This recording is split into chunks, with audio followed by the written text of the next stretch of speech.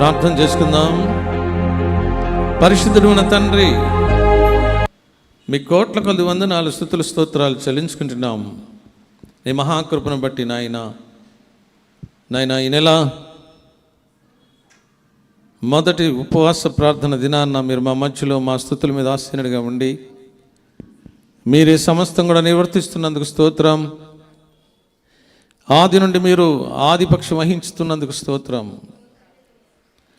మీరు మాతో మాట్లాడడానికి సిద్ధంగా ఉన్న దేవానికి స్తోత్రం. నాయన నీ గొప్ప కార్యములు, నీ అద్భుత కార్యములు, నీ ఘనమైన కార్యములు, నీ బలమైన కార్యములు జరిగించి మమ్మల్ని తృప్తిపరిచి మమ్మల్ని సంతోషింపజేసి మమ్మల్ని ఆనందింపజేసే దేవుడవు నాయన. కృప కలిగిన దేవుడవు, దయగలిగిన దేవుడవు, వాత్సల్యత చూపించే దేవుడవు అయ్యా. ఈ సమయంలో మీరు మాలో ఉన్నారు, మా మధ్యలో ఉన్నారు తండ్రి. మీరు మాతో మాట్లాడడానికి సిద్ధంగా ఉన్నారు ప్రభువా. నీ మాట చాలయ్యా, నీ చూపు చాలయ్యా, నీ తోడు చాలయ్యా. నీ ఉంటే నాకు చాలు యేసయ్యా. నీకు స్తోత్రాలు చెల్లిస్తున్నాము తండ్రి. పాటల ద్వారా పాడి స్తుతించడానికి కృపనిచ్చారు నాయన. వాక్యం ద్వారా మాట్లాడడానికి సిద్ధంగా ఉన్నారు దేవా. మీరు మాట్లాడండి ప్రభువా. ప్రతి వారితో మీరు మాట్లాడండి నాయన. మీ మాటలు గొప్పవి, శ్రేష్టమైనవి, ఉత్తమైనవి, మేలుకరమైనవి, దీవెనకరమైనవి, ఆశీర్వాదకరమైనవి నాయన. మీరే మాట్లాడి ఆది నుండి అంతవరకు ఆదిపక్షం వహించి మహిం పొందండి. ఘనత ప్రభావాలు మీకే ఆరోపిస్తున్నాము నాయన. నీ కోట్ల కొలది స్తుతులు మీకే స్తోత్రాలు చెల్లించుకుంటూ యేసయ్య అతి పరిశుద్ధ నామములో ప్రార్థించి స్తుతించి వేడుకుంటున్నాం పరమ తండ్రి. ఆమేన్. కూర్చున్నాం. Praise the Lord. మన ప్రభు అయినటువంటి యేసు క్రీస్తు నామములో మీ అందరికీ క్షేమములు కలుగునుగాక. దేవుడు మన మధ్యలో ఉన్నాడు. మన స్తుతుల మీద ఆసీనుడుగా దేవుడు, మనతో మాట్లాడబోతున్న దేవుడు. ఆయన మాటలు ఎంతో శ్రేష్టమైనవి, మేలుకరమైనవి, దీవెనకరమైనవి, ఆశీర్వాదకరమైనవి. ఆ మాటలు వినాలి, గ్రహించాలి, దాని ప్రకారంగా మనము నడుచుకోవాలి. ఈ దినం ప్రత్యేకముగా మనమందరం కూడా ప్రతి సమస్య గురించి, మనకున్నటువంటి ప్రతి అవసరత గురించి, అక్రత గురించి, ఏమేమి కావాలో, ఏదేది మనము ఆయన దగ్గర పొందుకోవాలో, ఆయన పాదము దగ్గర ఉన్నటువంటి మనము ఆయనను అడుగుదాం. దేవుడు తప్పనిసరిగా ఇస్తాడు. ఈ దినం ప్రత్యేకముగా దేవుని వాక్యంలో నుండి రీసౌండ్ వస్తుంది తగ్గించే. దేవుని వాక్యంలో నుండి దేవునికి మహిమ కలుగునుగాక. హల్లెలూయా చెప్దాం. హల్లెలూయా, హల్లెలూయా. 147 కీర్తన 11 వచనం 2 లైన్ జ్ఞానం చేసుకుందాం. తన కృప కొరకు కనిపెట్టువారి యందు యెహోవా ఆనందించువాడయ్యున్నాడు. దేవునికి మహిమ కలుగునుగాక. హల్లెలూయా. దాని ముందు చూసినట్లయితే తన యందు, కొంచెం తగ్గించు, తన యందు భయభక్తులు గలవారి యందు, తన కృప కొరకు కనిపెట్టువారి యందు యెహోవా ఆనందించువాడయ్యున్నాడు. దేవుడు ఆనందించువాడయ్యున్నాడు. తన యందు భయభక్తులు కలిగినటువంటి వారు, తన కృప కొరకు కనిపెట్టువారు. నిజమే ప్రియులారా, మనం ఉన్న సమస్యలన్నీ కూడా, మన విజ్ఞాపనలన్నీ కూడా ఆయనకి విన్నవించుకొని, ఆయనకి చెప్పుకొని మనమందరము ఆయన కృప కొరకు మనము కనిపెట్టాలి. అంతే. దేవునికి మహిమ కలుగునుగాక. హల్లెలూయా. మనమందరం కూడా దేవుని యందు భయభక్తులు కలిగినటువంటి వారమే, ఆయన మాట వినేవారమే, ఆయన చిత్తానుసారంగా నడుచుకునేవారమే. అయినప్పటికీ సమస్తం కూడా నిర్వర్తించే దేవుడు ఆయన కాబట్టి, సమస్తాన్ని నిర్వర్తించే దేవుడు ఆయన కాబట్టి, మనుషులు ఎవరైనా, సామాన్యులైనా, సామంతులైనా, ధనికులైనా, దరిద్రులైనా, లోకములో ఉన్న నివాసులందరూ కూడా దేవుని యందు భయభక్తులు కలిగినటువంటి వారు ఆయన కృప కొరకు కనిపెట్టాలి. కనిపెట్టినప్పుడు దేవుడు అడిగిన దానికంటే, ఊహించిన దానికంటే అత్యధికంగా ఇచ్చే దేవుడు. దేవునికి మహిమ కలుగునుగాక. హల్లెలూయా. అందుగురించే ఆయన కృప మన ఎడల హెచ్చుగా ఉన్నది, ఆయన వాత్సల్యత నిరంతరం చూపిస్తున్న దేవుడు. దేవునికి మహిమ కలుగునుగాక. హల్లెలూయా. అందుగురించి ఆ కృప కొరకు మనము కనిపెట్టాలి. మనం అడిగింది ఏదో ఆయన ఇచ్చే వరకు కనిపెట్టాలి. సృష్టి యావత్తు కూడా, సృష్టిలో జరుగుతున్న ప్రతి ఒక్కటి కూడా ఆయన కృప కొరకే కనిపెడుతుందంట. అందుగురించి మనల్ని ఏమంటున్నాడంటే, తన యందు భయభక్తులు గలవారని దేని నిమిత్తము కూడా మీరు చింత పడవద్దు అంటున్నాడు. ఎవరిని? దేవుని యందు భయభక్తులు కలిగిన వారిని.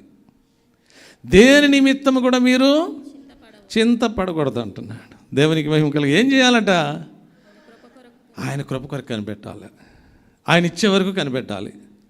ఆయన ఎప్పుడు ఇస్తాడో అది ఆయనకే తెలుసు, మనకి తెలియదు. అడుగుతాం, చాలా అన్నీ అడుగుతాం. అది కావాలి, ఇది కావాలి, ఇది కావాలి, కొంచెం సౌండ్ తగ్గించాం, రీసౌండ్, అన్నీ అడుగుతాం.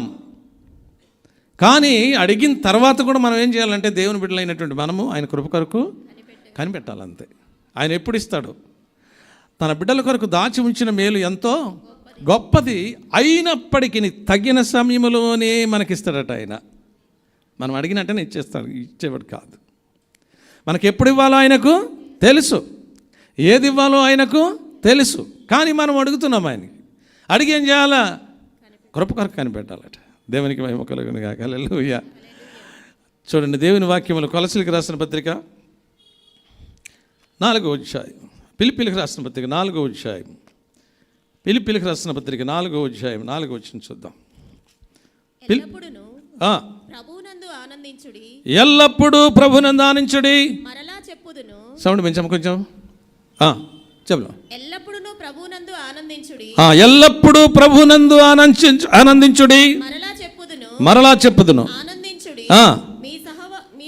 అమ్మ 6 వచనం చదువు, 4-6 చదువు. దేని గూర్చియు చింతపడకుడు కానీ ప్రతి విషయములోను ప్రార్థనా విజ్ఞాపనముల చేత కృతజ్ఞతాపూర్వకంగా మీ విన్నపములను దేవునికి తెలియచేయాలి. దేవునికి మహిమ కలుగును గాక. హల్లెలూయా. తన యందు భయభక్తులు గలవారు ఏం చేయాలంట? ప్రతి సమస్య గురించి, ప్రతి దాని గురించి, ప్రతి విషయం గురించి, ఏ విషయమైనటువంటిదైనా, ఎంత గొప్పదైనా కానీ దాని విషయంలో ఏం చేట? ప్రార్థన విజ్ఞాపన చేయొచ్చు కృతజ్ఞత పూర్వకముగా మీ విన్నపములు మనం ఈ దినాన్ని దేవునికి తెలియచేస్తే కనుక, చేసిన తర్వాత కూడా మనం ఏం చేయాలి? ఆయన కృప కొరకు కనిపెట్టాలి. దేవునికి మహిమ కలుగును గాక. హల్లెలూయా. ఆయన కృపలో అన్నీ ఇవ్వగలడు. ఆయనకు అసాధ్యమైంది ఏది లేదు. అందుగురించి ఆయన కృప కొరకు కనిపెట్టాలి, ఆయన దయ కొరకు కనిపెట్టాలి. దేని గురించి కూడా చింతపడకూడదు. దేవునికి మహిమ కలుగును గాక. హల్లెలూయా. ఇంకో దగ్గర మీ చింత యావత్తు ఆయన మీద వేయండి అంటాడు ఇంకో దగ్గర. దేవునికి మహిమ కలుగును గాక. హల్లెలూయా. హల్లెలూయా. చింత యావత్తు కూడా ఎవరి మీద వేయాలంట? దేవుని మీద వేయాల. కరెంట్ లేనప్పుడు దాన్ని పెట్టదు, తీపేస్తుంది, తీసి ఆఫ్ చేసి, నాకు అవసరం లేదు. హల్లెలూయా చెప్దాం. హల్లెలూయా. నా గురించి ఎందుకు చింతపడ్డావు? కరెంట్ వస్తుంది, అది దేవునికి మహిమ కలుగును గాక. హల్లెలూయా. ప్రతిరోజు సండే రోజు కూడా 4 వర్షపులో కూడా 4 సార్లు కింద పైన మొత్తం అంతా కూడా దేవుడు తన కృపను బట్టి తడిపేయాల. ఆత్మవర్షం కుమ్మరించి దాన్ని తడిపేస్తేనే దాని నుండి శక్తి పుట్టుకొస్తుంది. దాని గురించి నువ్వెందుకు చింతపడటం? దేవునికి మహిమ కలుగును గాక. హల్లెలూయా. ఇప్పుడే కదా దేని గురించి? కరెంటు లేదని చింతపడద్దు, చెమటలు గారుతున్నాయని చింతపడద్దు, పని జరగట్లేదని చింతపడద్దు. నీ చింత యావత్తు ఆయన మీద వేయాలి అంతే. దేవునికి మహిమ కలుగును గాక. హల్లెలూయా. ఇంకొక దగ్గర ఏమిటంది? నీ భారము యెహోవా మీద అంతే. నీ చింత యావత్తు ఆయన మీద. ఏం చేయాలి? తన కృప కొరకు కనిపెట్టాలి. దేవునికి మహిమ కలుగును గాక. హల్లెలూయా. కరెంట్ వస్తుందని కృప కొరకు కనిపెట్టాలి, ఏదైనా జరుగుతుందని కృప కొరకు కనిపెట్టాలి, బాధ తీరాలంటే కృప కొరకు కనిపెట్టాలి, బలహీనతలు పోవాలంటే కృప కొరకు కనిపెట్టాలి. అపోస్తుడైన పౌలు ఏదో రోగం వచ్చింది, ఏదో బాధ వచ్చింది, బాధ లేకుండా ఉందా? పౌలైనా కానీ ఇన్ని సంఘాలు కట్టినప్పటికీ ఎంతగానో క్రీస్తుని పోలి నడుచుకున్నప్పటికీ తనకు కూడా బాధ ఉంది. ప్రార్థన చేస్తున్నాడు, ముమ్మారు ప్రార్థన చేశాడట. మరి ముమ్మారు ప్రార్థన చేస్తే దేవుడు ఏమంటున్నాడంటే నా కృప నీకు చాలా. దేవునికి మహిమ కలుగును గాక. హల్లెలూయా. అంటే అపోస్తలుడైన పౌలు దేని కొరకు కనిపెట్టాడు అనమాట? ఆయన కృప కొరకు కనిపెట్టాడు అంతే, ఆయన మాట కొరకు కనిపెట్టాడు అంతే. మన జీవితంలో మనం కూడా ఏ విషయంలోనైనా ఏ సందర్భంలోనైనా మనము ఆయన కృప కొరకు కనిపెట్టే వారిగా ఉండాలి. దేవునికి మహిమ కలుగును గాక. హల్లెలూయా. అందుచేతనే ప్రియులారా, తన కృప కొరకు కనిపెట్టు వారి యందు ఆయన ఆనందిస్తాడట. దేవునికి మహిమ కలుగును. అలా చెప్తాం హల్లెలూయా. చూసారా, చిందపడద్దని చెప్పాం కదా, వచ్చింది కదా, వచ్చింది. హల్లెలూయా చెబుదాం. హల్లెలూయా. దేవుని మాటలలో ఒత్తైనా సున్నైనా పొల్లైనా తప్పిపోవడానికి వీలు. ఆకాశమును భూమిని సముద్రమును దానిలోని సర్వమును గతించిపోవునేమో, కానీ ఆయన మాటలలో ఒత్తైనా సున్నైనా పొల్లైనా తప్పిపోవడానికి వీళ్ళదని చెప్పాడు. అందుగురించే మనల్ని చూసి ఇంకొక పక్షులను చూసి ఆయన చెప్తా ఉన్నాడు, ఆకాశ పక్షులు చూడమంటున్నాడు. ఎవరిని? ఆయన యందు భయభక్తులు కలిగి వారిని, ఆయన కృప కొరకు కనిపెట్టి వారిని. దేవునికి మహిమ కలుగును గాక. హల్లెలూయా. మత్తయి సువార్త 6వ అధ్యాయం 25వ వచనం. మత్తయి సువార్త 6వ అధ్యాయం. మత్తయి సువార్త. రీసౌండ్ రావద్దు, తగ్గించు. అందువలన నేను మీతో చెప్పునది ఏమనగా ఏమి తిందుము ఏమి తాగుదుము అని మీ ప్రాణమును గూర్చి అయినను ఏమి ధరించుకుందుము అని మీ దేహమును గూర్చి అయినను చింతింపకుడి. ఏమంటున్నాడు? దేని నిమిత్తం మీరు చింతించొద్దు. దేవునికి మహిమ కలుగును గాక. హల్లెలూయా. ఈ పూట భోజనం లేకపోతే చింతించొద్దు, ఇస్తాడు ఆయన. ఆకాశ పక్షులు చూడము, విత్తవు, కొయ్యవు, కొట్టలు కూర్చుకొనవు. దేవుడు ఏం చేస్తున్నాడంటే వాటిని పోషిస్తున్నాడు. దేవునికి మహిమ కలుగును గాక. హల్లెలూయా. మనల్ని పోషించడు ఆయన, మనకివ్వడు ఆయన. మనం భయభక్తులు కలిగి ఉన్నాం కదా, ప్రార్థన చేస్తున్నాం కదా, విజ్ఞాపన చేస్తున్నాం కదా, మొరపెట్టుకున్నాం కదా. ఆయన కృపలో మనమందరం కూడా మన సమస్తాన్ని కూడా ఏం చేయాలంటే ప్రార్థన విజ్ఞాపన చేత కృతజ్ఞతాపూర్వకంగా మీ విన్నపములు దేవునికి తెలియజేయాలి. అంతే మన పనిగా. మన పని జరిగించేది ఆయనే. దేవునికి మహిమ కలుగును గాక. హల్లెలూయా. అందుకే అంటాడు అక్కడ, చూద్దాం, చదువమ్మా. ఆకాశ పక్షులు చూడము, అవి విత్తవు కోయవు, కొట్టలో కూర్చుకొనవు, అయినను మీ పరలోకపు తండ్రి వాటిని పోషించుచున్నాడు. ఏం చేస్తున్నాడంట? వాటిని పోషించేది ఎవరంట? ఎవరు? ఆకాశ పక్షులు ఉన్నాయి, సముద్రంలో జీవరాశులు ఉన్నాయి, భూమి మీద జీవరాశులు ఉన్నాయి. మనం కూడా ఆయన కుమారులు, ఆయన కుమార్తెలమే. ఆకాశ పక్షులంట, భూమి మీద ఉన్న జీవరాశులంట, సముద్రంలో ఉన్న జీవరాశులన్న అన్నీ కూడానంట ఏం చేస్తున్నాయి అంట? ఆయన కృప కొరకు కనిపెడుతున్నాయి అంట. దేవునికి మహిమ కలుగును గాక. హల్లెలూయా. కానీ నోరు లేదు, భాష లేదు, అయినప్పటికీ దేవుని భయం అయితే ఉంది వాళ్ళకి. మనకు లేదు దేవుని భయం. మనం కనిపెడతలా దేవుని కృప కొరకు. ఆయన ఇస్తాడని నమ్మటం లేదు. నమ్ముట నివల్లైనట్లయితే నమ్ము వారికి సమస్తము సాధ్యమన్నాడు. మనం ప్రార్థించి ఆయనకు అప్పగించేసి ఆయన కృప కొరకు కనిపెట్టాలి అంతే. దేవునికి మహిమ కలుగును గాక. హల్లెలూయా. అందు గురించి అంటున్నాడు, ఆకాశ పక్షులు చూడము, అవి విత్తవు, కోయవు, కొట్టలో కూర్చుకొనవు, అయినను మీ పరలోకపు తండ్రి వాటిని పోషించుచున్నాడు. వాటికంటే మనమంట బహుశ్రేష్ఠులమంట. దేవునికి మహిమ కలుగును గాక. హల్లెలూయా. బహుశ్రేష్ఠులమంట మనము. అందు గురించే దేని నిమిత్తమో చింతపడకూడదు. ఒకవేళ చింతపడ్డాం అనుకో, దాని కింద రాసింది చక్కని మాట. ఏం రాసింది? మీలో ఎవడును చింతించుట వలన తన ఎత్తు మూరుడు చేసుకొనగలడా? మీరు చింతింపనేలా అడవి పువ్వులు ఎలాగు నెదుగుచున్నాయి. దేనిని గురించి చింతొద్దు. అడవి పువ్వులు చూడండి ఎట్లా ఉంటున్నాయో. ఆలోచించుడి. అవి కష్టపడవు, వడకవు, అయినను తన సమస్త వైభవముతో, అయినను వాటి సమస్త వైభవముతో కూడిన సొలొమోను సైతము వీటిలో నొకదాని వలెనైనను అలంకరింపబడలేదు. దేవునికి మహిమ కలుగును గాక. హల్లెలూయా. ఆకాశ పక్షుల గురించి చెప్తున్నాడు, పువ్వుల గురించి, అడవి పువ్వుల గురించి చెప్తున్నాడు, అడవి జంతువుల గురించి చెప్తున్నాడు, మన గురించి కూడా చెప్తున్నాడు. వాటికున్న విశ్వాసం మీకు కూడా కావాలి, వాటికున్న భక్తి మీకు కూడా ఉండాలి. ఎవరికున్నది? సింహాల కంట భక్తి ఉందంట, జంతువుల కంట భక్తి ఉందంట, కాకులకు భక్తి ఉందంట. ఇంకా దేనికి భక్తి ఉంది? భూమిలో ఉన్నటువంటి జీవరాశులన్నిటికీ భక్తి ఉందంట. అవన్నీ కూడా ఏం చేస్తున్నాయి అంటే దేవుని దయ కొరకు, దేవుని కృప కొరకు అవి కనిపెడుతున్నాయి అట. దేవునికి మహిమ కలుగునుగా. హల్లెలూయా. వాటికి మనకలాగా స్టాక్ పెట్టుకోము. మనమైతే స్టాక్ పెట్టుకుంటాం కదా, ఒక నెల రోజులకు లేదంటే సంవత్సరానికి ఒకేసారి స్టాక్ పెట్టుకుని సంవత్సరం అంతా ఉండి, కొంతమంది అంటారు తినుము తాగు సుఖించమంటారు, కానీ కొంతమంది అయితే కనుక జాగ్రత్త చేసుకుంటాం. కానీ దేవుడు ఏమంటున్నాడంటే రేపటి దాని గురించి మీరు చింతించొద్దు అంటున్నాడు. దేవునికి మహిమ కలుగునుగా. హల్లెలూయా. అందు గురించి ఇక్కడ ఏమంటాడు? దేని గురించి చింతపడద్దు. ఆకాశ పక్షులను చూపించాడు మనకి. వాటిని చూసి మనం ఏం చేయాలా?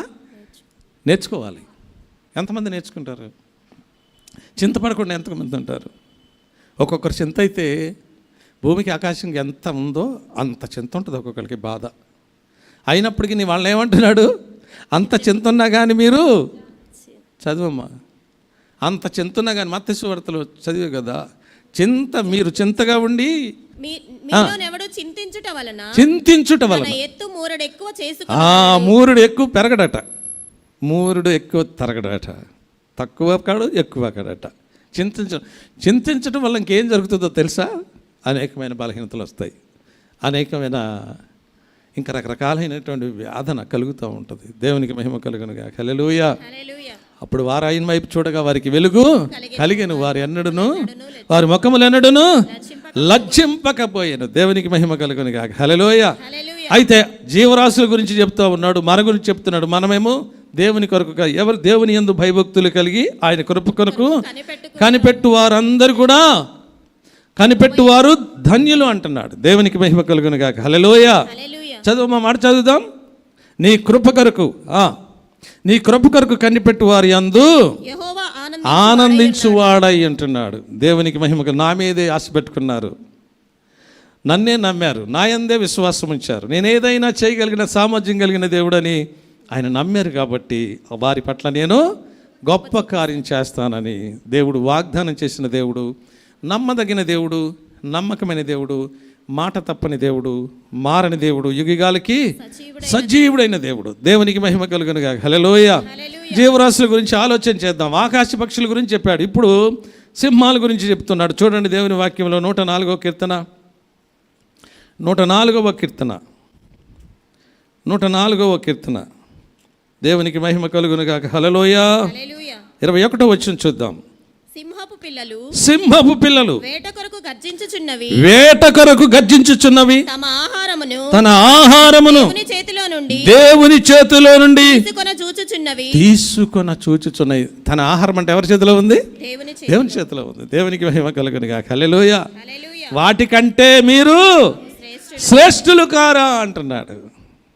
సింహము పిల్లలు లేమి గలవై ఆకలి కొనినను ఆయనను ఆశ్రయించు వారికి ఏ మేలు కొదవైనదంట. దేవునికి మహిమ కలుగునుగాక. హల్లెలూయా.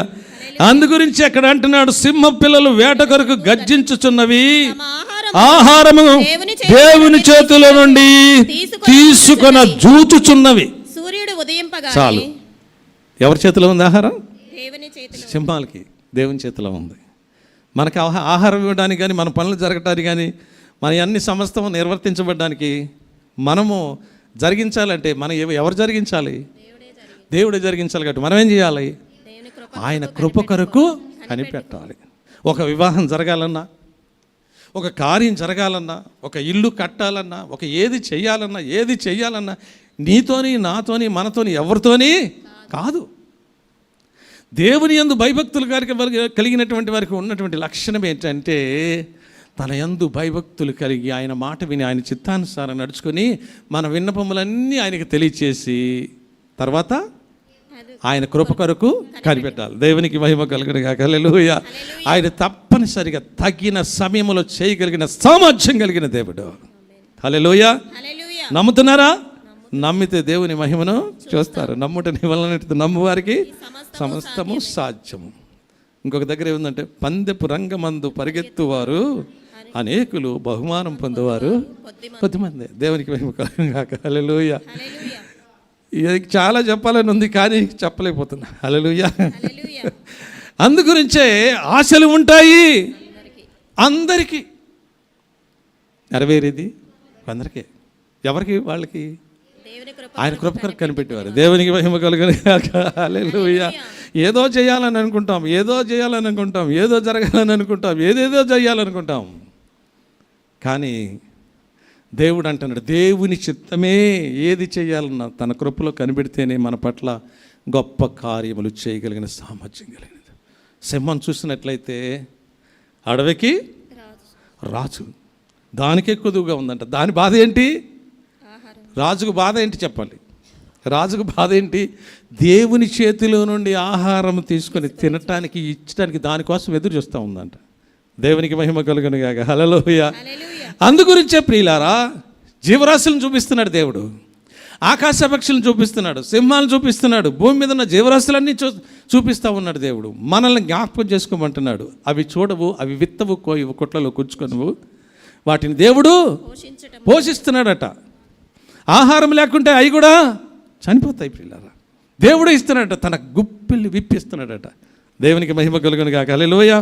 అదే దేవుని వాక్యంలో చూద్దాం, చూడండి. దాని కింద 24వ వచనంలో అంటాడు అక్కడ, యెహోవా నీ కార్యములు ఎన్నెన్ని విధముగా ఉన్నవి, జ్ఞానము చేత నీవు వాటన్నిటినీ భూమి నిర్మించితివి, కలుగు చేసిన వాటిలో వాటితో భూమి నిండి ఉన్నది. అదిగో విశాలమైన మహాసముద్రము, అందులో లెక్కలేనన్ని జలచరములు, దానిలో చిన్నవి పెద్దవి జీవరాశులున్నవి, అందులో ఓడలు నడుచుచున్నవి, దానిలో ఆటలాడుటకు నీవు నిర్మించిన మకరములు కూడా ఉన్నవి. తగిన కాలమున మకరాలు ఉన్నాయంట, దానిలో జీవరాశులు ఉన్నాయంట, ఎన్నెన్నో తిమింగలాలు ఉన్నాయంట, లేకుంటే జీవరాశులు ఉన్నాయంట, ఇంకెన్నెన్నో ఉన్నాయంట నిర్మించిన దానిలో. జీవరాశులన్నిటికీ ఆధారం ఎవరంటే దేవుడే ఆధారం. ఎందుకంటే ఆయన గుప్పిళ్ళు విప్పి ఇస్తేనే అవి తిని తృప్తి పడతాయట. ఒకవేళ ఆయన గుప్పిళ్ళు బిగబట్టాడు అనుకోండి, చనిపోతాయట అవి. దేవునికి మహిమ కలుగును గాక. హల్లెలూయా. నిజంగా మనల్ని ఎంత ప్రేమించాడు దేవుడు, మనల్ని ఎంత ప్రేమించి వాగ్దానం చేస్తున్నాడు.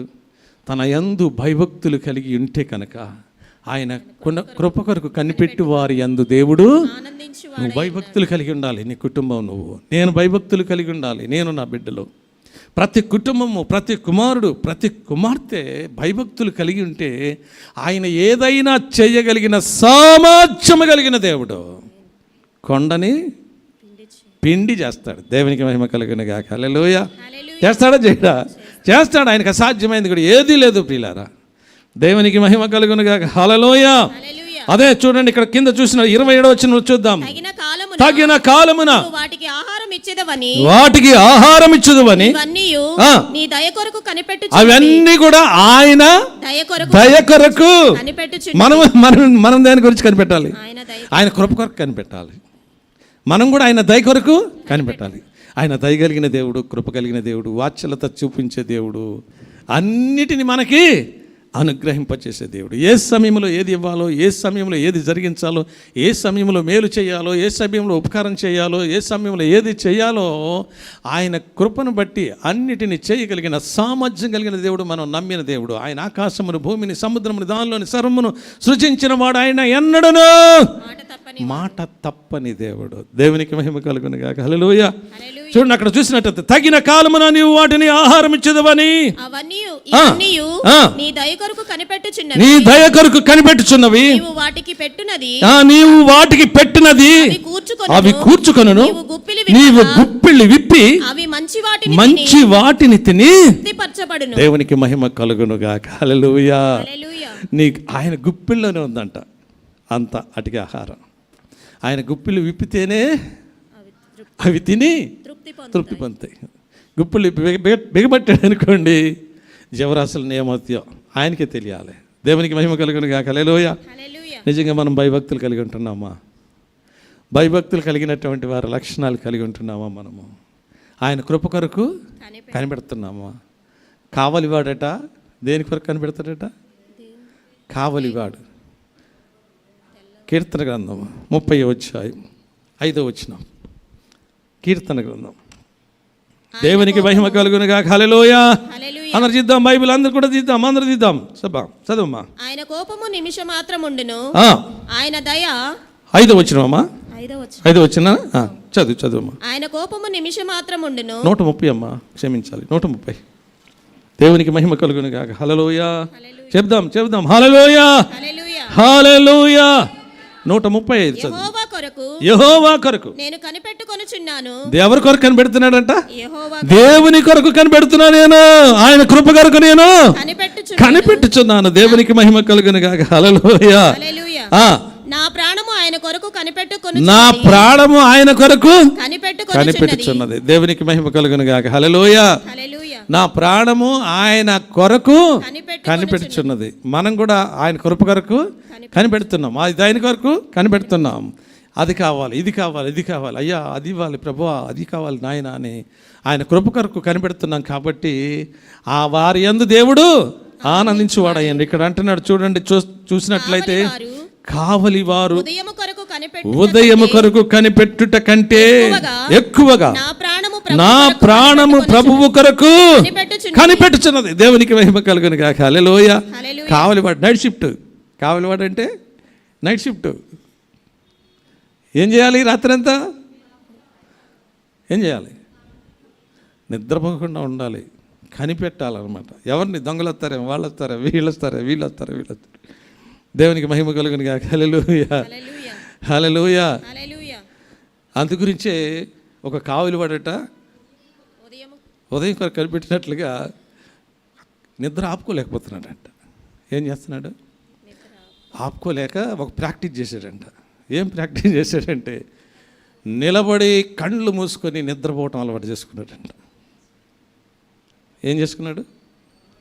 నిలబడి కళ్ళు మూసుకొని నిలబడి నిద్రపోతున్నాడు. కావాలి వాడు ఏం చేయాలి? నిద్రపోకుండా కనిపెట్టాలా. ఎవడొస్తాడు ఏంటిది అనేది.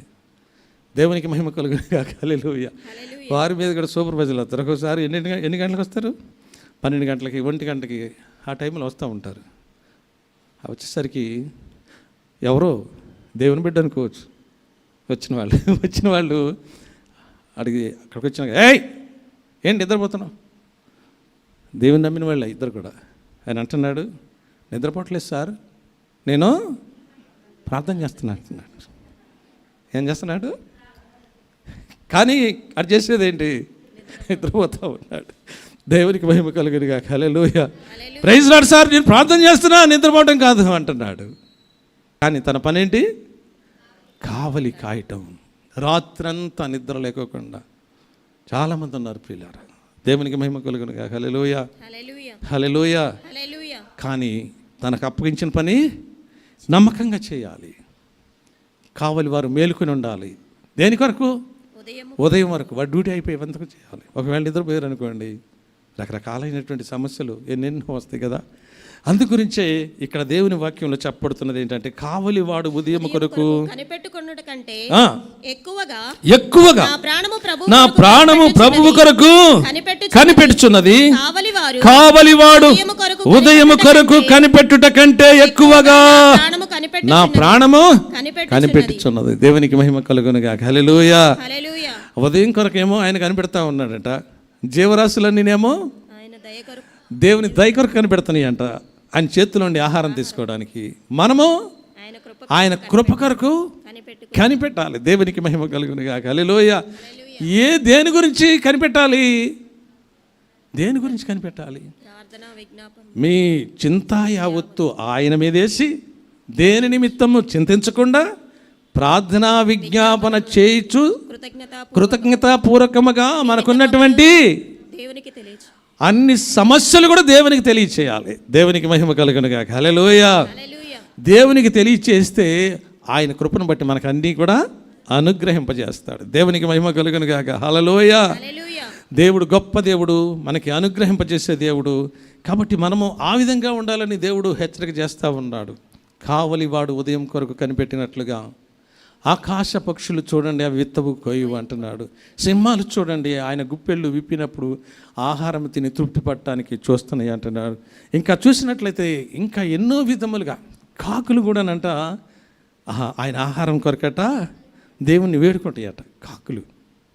కాకులు దేవుని మాట అంటే విన్నామా? చెప్పండి, వింటాయా? మీరు వింటున్నారా మరి దేవుని మాట?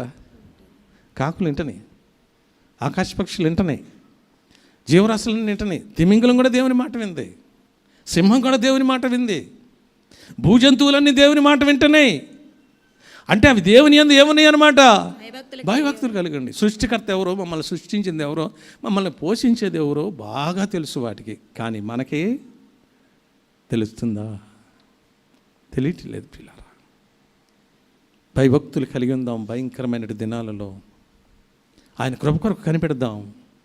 మనల్ని పోషించేది ఆయనే, కృపాక్షేమములు ఇచ్చేది ఆయనే, మనల్ని జీవింపజేసేది ఆయనే, మనకి క్షేమాన్ని ఇచ్చేది ఆయనే, మనకి ఆరోగ్యాన్ని ఇచ్చేది ఆయనే.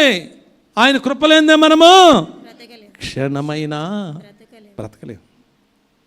ఆయన కృపను బట్టి ఊపిరి పీలుస్తున్నాం మనం. ఆయన కృపను బట్టి ఇక్కడ నిలబడగలిగాం మనం. ఆయన కృపను బట్టే మనం ఇక్కడ కూర్చున్నాం. ఆయన కృపను బట్టే లైవ్ చూసే వాళ్ళందరూ కూడా తెలుసుకోవాలి. ఆయన కృపను బట్టి ఏదైనా చేయగలిగిన సామర్థ్యం కలిగిన దేవుడు ఆయన. ఆయనకు అసాధ్యమైంది ఏదీ లేదు. నువ్వు అనుకోవచ్చు దీని గురించి చింతపడవచ్చు, దేని నిమిత్తం కూడా నువ్వు చింతపడొద్దు అంటున్నాడు. దేవునికి మహిమ కలుగును గాక. హల్లెలూయా, హల్లెలూయా. కాకులు చూసినట్లు చూడండి.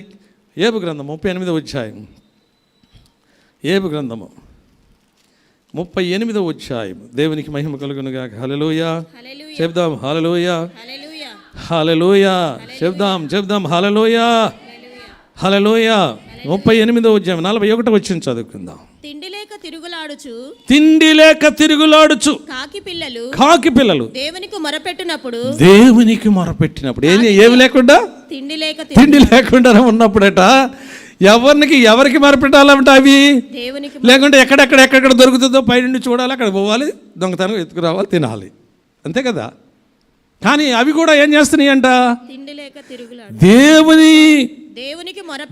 దేవునికి అనంట ఏం కావాలని మొరపెడుతున్నాయి? దేవునికి మహిమ కలుగును గాక. ఆహారం కావాలని మొరపెడుతున్నాయి అంట. చూడండి, అక్కడ చూసినట్లయితే తిండి లేక తిరుగులాడుచు కాకి పిల్లలు దేవునికి మొరపెట్టినప్పుడు కాకి ఆహారము సిద్ధపరచువాడు వాడెవడు? సిద్ధపరిచేది ఎవరు? దేవుడే. దేవునికి మహిమ కలుగును గాక. హల్లెలూయా. మరి మా కాకులకు సిద్ధపరిచిన వాడు, సింహాలకు సిద్ధపరిచిన వాడు, లేకుంటే ఈ లోకంలో ఉన్నటువంటి జీవరాశులకి, ఆకాశ పక్షులకి, వాటన్నిటికి ఆయన హామీ ఇచ్చినవాడు, వాటన్నిటికీ ఆహారం సిద్ధపరిచిన దేవుడు, ఆయన స్వరూపంలో ఆయన పోలిక చొప్పున మనల్ని చేసుకున్నటువంటి దేవాది దేవుడు మన పట్ల కృప చూపించి, దయ చూపించి, మనం అడిగిన దానికంటే, ఊహించిన దానికంటే అత్యధికంగా మనకి ఇవ్వగలడా, ఇవ్వలేడా? దేవునికి మహిమ కలుగునుగా. హల్లెలూయా. అందుగురించి దేవుని వాక్యం ఒక మాటను చదువుకుందాం. చూడండి, 145 కీర్తన 15వ వచనం 16వ వచనం చదువుకుందాం. 145 కీర్తన. సర్వజీవులు కన్నులు ఎవరి వైపు చూస్తున్నాయంట? దేవునికి మహిమ కలుగునుగా. హల్లెలూయా. మనం ఎవరి వైపు చూస్తున్నాం? చూస్తున్నారు. నిజంగా చాలా తక్కువ. 10% కూడా ఉన్నారో లేదో దేవుని వైపు చూసేవాళ్ళు. లేకుంటే 2% ఉన్నారు. 12 మంది 12 గోత్రాలు ఉంటే దేవుని వైపు చూసిన వాళ్ళు ఎంతమంది? 2 గోత్రాలు వాళ్ళే. దేవునికి మహిమ కలుగునుగా. హల్లెలూయా. అందు గురించే మాట చదువుకుందామా? సర్వజీవుల కన్నులు ఎవరి వైపు చూస్తున్నాయంట? ఆయన వైపు చూస్తున్నాయంట. మనమేమో ఎవరి వైపు చూడాలంట? దేవుని వైపు చూడాలి. ఎప్పుడు దేవుని వైపు చూస్తాం? ఎప్పుడు? కొలసీలకు రాసిన పత్రిక 3వ అధ్యాయం 3వ వచనంలో ఉంటుంది. కొలసీలకు రాసిన పత్రిక 3వ అధ్యాయం, మీరు క్రీస్తునందు లేపబడిన వారైతే పైనున్న వాటినే వెదకుడి. అక్కడ ఎవరున్నారంట? ఆయన దేవుడున్నాడు. మనం ఆయన వైపు చూడాలి. వారు ఆయన వైపు చూడగా వారికి వెలుగు కలిగిన వారి ముఖములు ఎన్నడూ లజ్జింపకపోయాను. దేవునికి మహిమ కలుగునుగా. హల్లెలూయా. సర్వజీవుల కన్నులు ఆయన వైపు చూస్తున్నవి. తగిన కాలమందు వాటికి ఆహారం ఇచ్చెదవు. నీ గుప్పిళ్ళు విప్పి ప్రతి జీవి కోరికను తృప్తిపరచుచున్నావు. దేవునికి మహిమ కలుగునుగా. హల్లెలూయా. ప్రతి జీవి, ప్రతి జీవరాశి. అందుగురించి ఏమంటున్నాడు అక్కడ? సర్వజీవులు కన్నులట దేవుని వైపు చూస్తున్నాయి అంట. మనం కూడా ఏ విషయంలోనైనా ఏది కావాలన్నా, ఏది జరగాలన్నా, ఏది జరిగించబడాలన్నా, ఆరోగ్యంగా ఉండాలన్నా, క్షేమంగా ఉండాలన్నా, మన పనులు జరగాలన్నా, మన అవసరతలు తీరాలన్నా, మన అక్కరతలు తీరాలన్నా, మన సమస్యలు తీరాలన్నా, మన బాధలు తీరాలన్నా, మన వేదనలు తీరాలన్నా, మనం సంతోషంగా ఉండాలన్నా, మనం ఆనందంగా ఉండాలన్నా, మనం దీవెనలు పొందుకోవాలన్నా, మేలులు పొందుకోవాలన్నా, ఉపకారాలు పొందుకోవాలన్నా, కృపాక్షేములు మన వెంట ఉండాలన్నా మనం ఏం చేయాలంట? మనము ఆయన కృప కొరకు కనిపెట్టి ఆయన వైపు చూడాలా. దేవునికి మహిమ కలుగును గాక. హల్లెలూయా. అన్నీ కూడా ఆయన ఇస్తాడు. దేవునికి మహిమ కలుగును గాక. హల్లెలూయా. ఆయనకు అసాధ్యమైనటువంటిది ఏది కూడా లేదు. కాబట్టి అందుచేతనే మనమందరం తన కృప కొరకు కనిపెట్టి వారి యందు దేవుడు ఆనందించువాడై ఉన్నాడు. కాబట్టి మన జీవితంలో, మన బ్రతుకులో రక్షింపబడిన దగ్గర నుండి నేటి వరకు కూడా మన జీవితకాలం అంతా, మన బ్రతుకు దినములన్నీ కూడా ఏం చేయాలంట?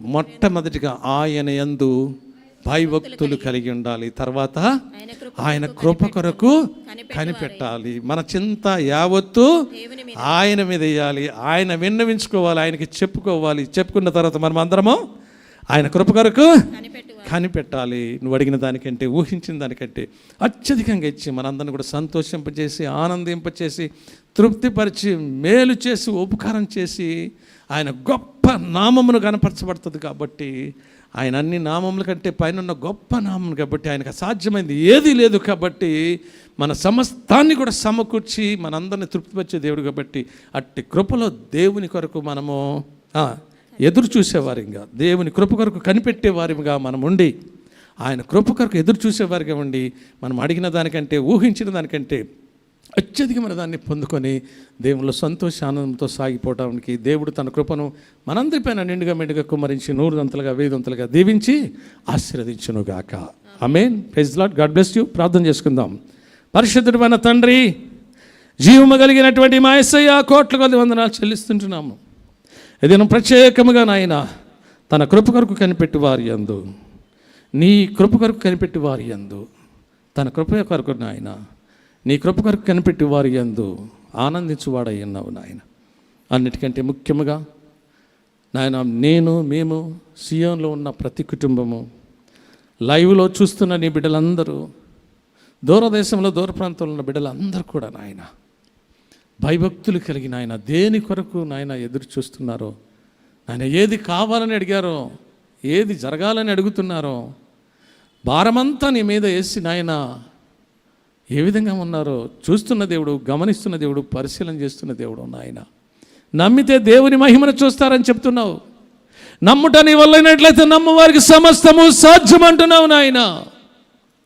ఆకాశ పక్షుల్ని చూపించావు నాయన, జీవరాశులన్నిటినీ చూపించావు నాయన. అవన్నీ కూడా నాయన నీ గుప్పిళ్ళు విప్పి ఆహారము పొందుకోవడానికి ఎదురు చూసినట్లుగా మాకు తెలియచేసావయ్యా. నీ కృప కొరకు కనిపెట్టినట్లుగా, నీ దయ కొరకు కనిపెట్టినట్లుగా, నీ దయతో, నీ కృపతో మమ్మల్ని పోషిస్తున్న దేవా, సమస్తాన్ని అనుగ్రహింపజేస్తున్న దేవా, నీ కోట్ల కొద్ది వందనాలయ్యా. ఏమి ఇచ్చి నీ రుణం తీర్చుకోగలము నాయన. అంతగా నన్ను, మమ్మలను మీరు ప్రేమించారయ్యా. నీ కోట్ల కొద్ది వందనాలు చెల్లిస్తుంటున్నాము తండ్రి. ఎల్లవేళలా మా జీవితకాలం అంతా, మా బ్రతుకు దినములన్నీ కూడా నాయన నీ యందు భయభక్తులు కలిగి, నీ కృప కొరకు కనిపెట్టి, మీ యందు నాయన మా యందు మీరు ఆనందించేటట్టుగా కృప వెంబడి కృప కుమ్మరించి చేరి వచ్చిన నీ కుమారులు, కుమార్తెలందరినీ, రాలేనటువంటి వారందరినీ నాయన, దూరదేశంలో, దూర ప్రాంతంలో బిడ్డలందరినీ కూడా నీ కృపలో జ్ఞాపకం చేసుకుని నాయన ప్రతి అవసరత, ప్రతి అక్రత క్రీస్తు యేసులో పొందుకోవడానికి నీ కృప కొరకు కనిపెట్టేవారిగా చేసిన ఆయన, మీ దయను పొందుకునేవారిగా నాయన చేసిన ఆయన, ప్రతి వారి అవసరతను, ప్రతి వారి అక్రతను క్రీస్తు యేసులో తీర్చబడును గాక. హల్లెలూయా. ఆ రీతిగా ప్రతి వారిని కూడా నీ కృపలో జ్ఞాపకం చేసుకొని ప్రతి అవసరత, అక్రత తీర్చి సంతోషింపజేసి, ఆనందింపజేసి 100 1000 మీరే దీవించి ఆస్వాదించి మహిమ పొందుతారని మహిమ, ఘనత, ప్రభావాలు మీకే ఆరోపిస్తూ యేసయ్య పరిశుద్ధ నామములో ప్రార్థించి స్తుతించి వేడుకుంటున్నాం పరమ తండ్రి. ఆమేన్.